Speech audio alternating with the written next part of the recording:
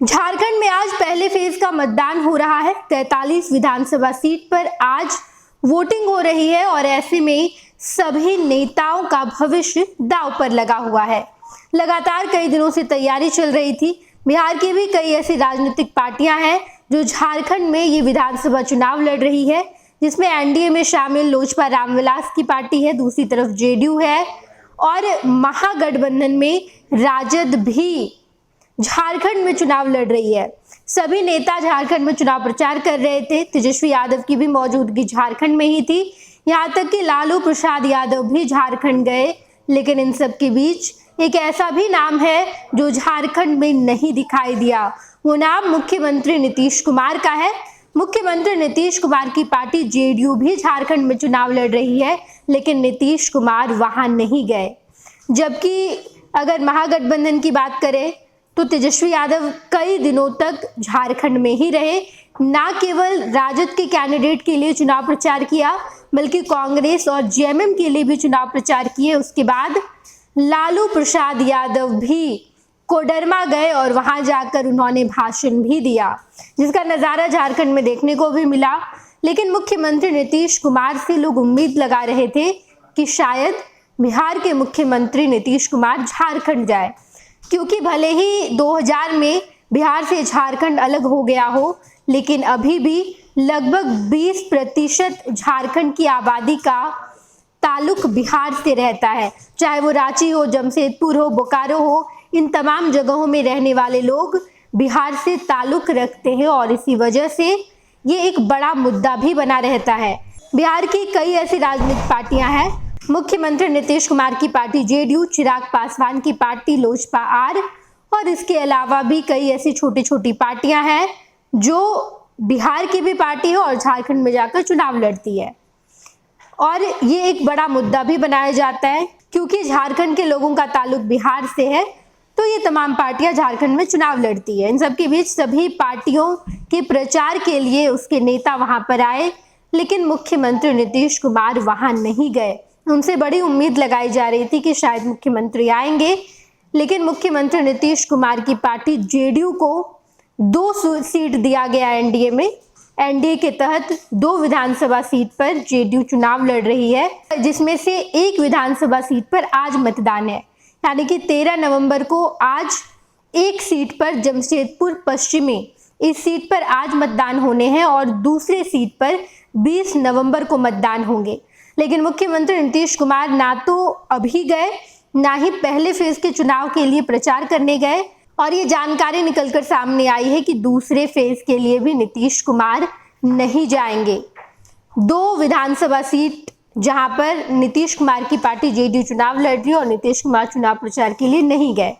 झारखंड के जेडीयू प्रदेश अध्यक्ष खीरू महतो ने 12 सीट की मांग की थी। उन्होंने कहा था कि हमें कम से कम एनडीए में 12 सीट दी जाए, लेकिन मात्र 2 सीट दिए गए, जिसके बाद नीतीश कुमार झारखंड में नहीं दिखाई दिए।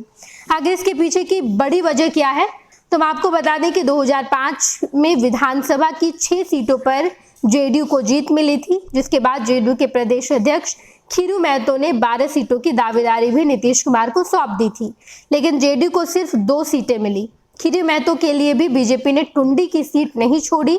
महतो इस सीट से अपने बेटे को लड़ाना चाहते थे। जेडीयू के लिए जो 2 सीटें छोड़ी गई, उनमें से एक सरयू राय की है। सरयू राय 2019 में निर्दलीय ही जीत गए थे, यानी जेडीयू को समझौते के तहत सिर्फ 1 सीट मिली है। कहा जा रहा है कि प्रतीकात्मक भागीदारी की वजह से ही नीतीश कुमार ने झारखंड चुनाव के प्रचार से दूरी बना ली। हालांकि इसके पीछे की कई और भी वजह है। झारखंड में वर्तमान में मैया सम्मान योजना, पेंशन और विकास मुद्दा है। इसके अलावा विपक्ष घुसपैठ और मुस्लिम तुष्टीकरण को भी मुद्दा बनाया गया है।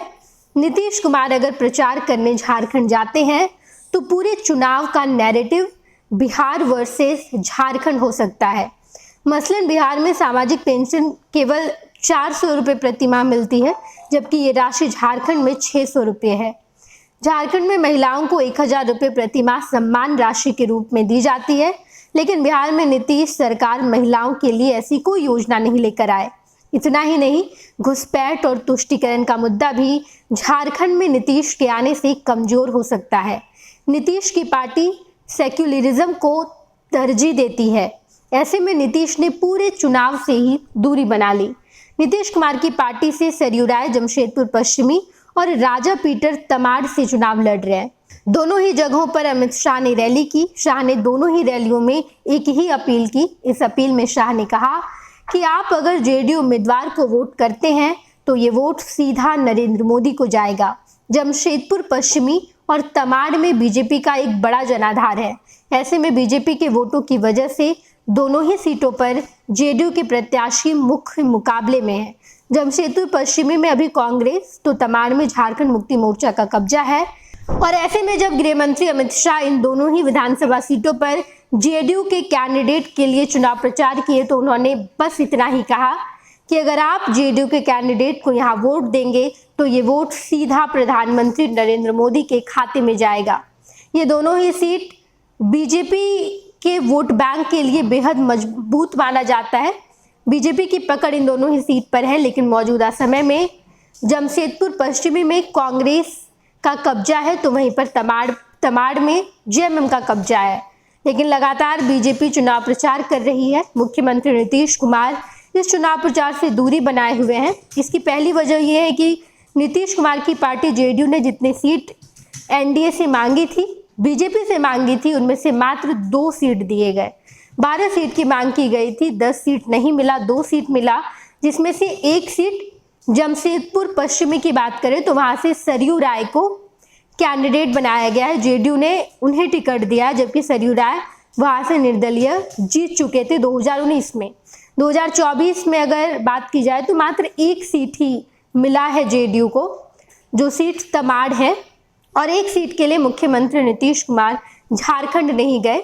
एक बड़ा वजह यह भी है कि अगर नीतीश कुमार झारखंड जाते हैं तो बिहार वर्सेस झारखंड भी वहां पर दिखाई देगा, एक बड़ा मुद्दा बनाया जाएगा। इसलिए नीतीश कुमार ने झारखंड से दूरी बनाई है। लेकिन आज 13 नवंबर को पहले फेज का चुनाव है। 43 सीट पर आज मतदान हो रहे हैं और बाकी का 38 सीट जो है वो 20 नवंबर को वहां पर वोटिंग होगी। इस बारे में और भी कोई अपडेट निकलकर सामने आती है तो हम आपको जरूर बताएंगे। आप देखते रहिएगा फर्स्ट बिहार झारखंड।